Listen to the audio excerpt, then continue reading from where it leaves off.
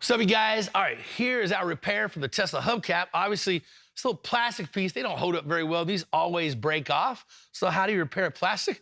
We just rely on our friends from JB Weld. Now, this is JB Weld ClearWeld. Love this stuff. Comes in a bunch of different sizes. So you have the static mixer on a little 14 milliliter. Now, this is just gonna go mix these two as it gets down here to this nozzle. And this is gonna allow us just to apply a little bit right here, a little bit on the Boston shoulder, and just shove that thing right back in place. Honestly, God, I just used this to repair a lawnmower wheel. I broke the center out of my push mower wheel. I used a bunch of this stuff to fix it. Was back cutting the grass in no time flat. So it's really versatile. You can use it to repair just about any plastic or anything like that. Sets up in 5 minutes, cures in an hour.